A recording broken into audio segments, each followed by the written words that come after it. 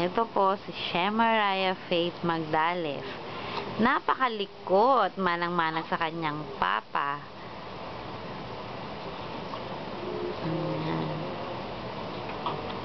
Ayan. Sinong kaboxing mo? Ha?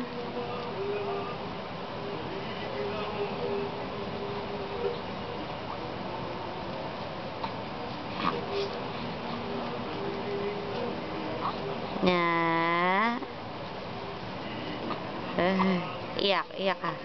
Iyak ka naman daw. Gusto marinig ni Papa na umiiyak ka. Sige. Iyak, bunso. Iyak pa. Ay. Ayan.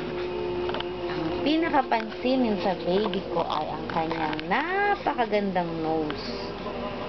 Manang-mana sa kanyang papa.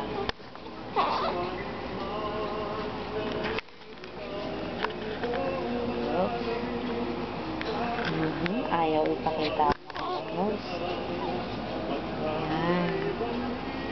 Ayan, matangos.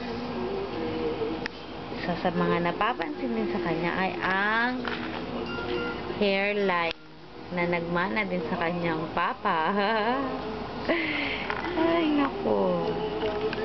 Pero kung tititigan ang kanyang mata at ang kanyang kilay, naman na yon sa kanyang Lola Chay. Ayan. Smile ka, bunso. Smile. Pakita mo naman ang iyong maninipis na labi. Ayan, na naman na rin sa iyong Lola Chay.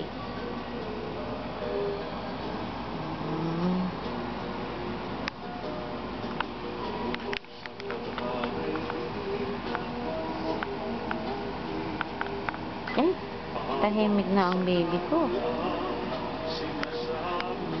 Pag ganyan, maya-maya lang, aantokin na siya.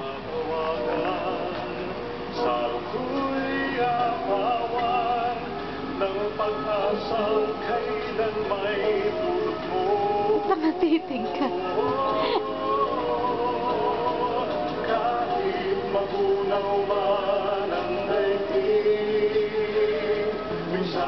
Bihira po siyang tumahimik ng ganyan. Madalas pagising siya, pasag siya ng pasag. Ayan. Mas gusto niya yung parang may kaboxing. Ganyan.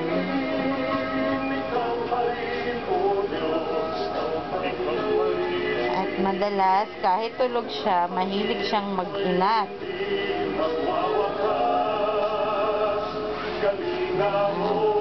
Hello, Papa Phil. Boxing tayo pagdating mo rito.